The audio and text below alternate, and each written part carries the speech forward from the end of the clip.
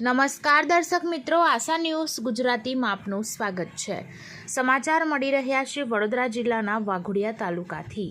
વાઘોડિયાની ખેમદાસ હોસ્પિટલમાં રક્તદાન શિબિર યોજાઈ। 60થી વધુ લોકોનું રક્તદાન રક્તદાતાઓએ કર્યું।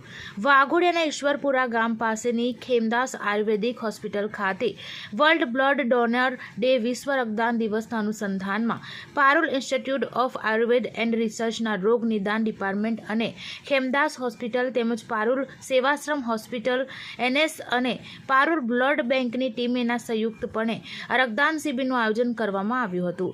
આ શિબિરમાં 60થી 70 જેટલા રક્તદાતાઓએ ઉત્સાહભેર રક્તદાન કરીને માનવતાનું ઉત્તમ ઉદાહરણ પૂરું પાડ્યું હતું। આ રક્તદાન શિબિરનો હેતુ એ હતો કે જરૂરિયાતમંદ અને ગરજમંદ દર્દીઓને સમયસર લોહી મળી રહે તે માટે આયોજકો દ્વારા દર વર્ષે સેવાકીય કાર્ય કરવામાં આવે છે। આ રક્તદાન શિબિરમાં રક્તદાતાઓએ પોતાનું મૂલ્યવાન રક્તદાન કરી માનવતાનું ઉત્તમ ઉદાહરણ પૂરું પાડ્યું હતું। આયોજકોએ તમામ રક્તદાતાઓનો આભાર વ્યક્ત કર્યો હતો। બ્યુરો રિપોર્ટ ઉમર મંસૂરી સાથે આશા ગુજરાતી ન્યૂઝ વાઘોડિયા।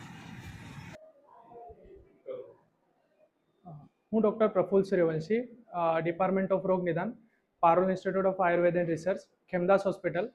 આજે અમારે ત્યાં વર્લ્ડ બ્લડ ડોનર ડે નિમિત્તે દર વર્ષે જે 14 જૂને ઉજવાય છે તે આજે અમે એના નિમિત્તે બ્લડ ડોનેશનનો કેમ્પ આયોજન કર્યો છે પારુલ સેવાશ્રમ હોસ્પિટલ અને એનએસએસની ટીમ દ્વારા।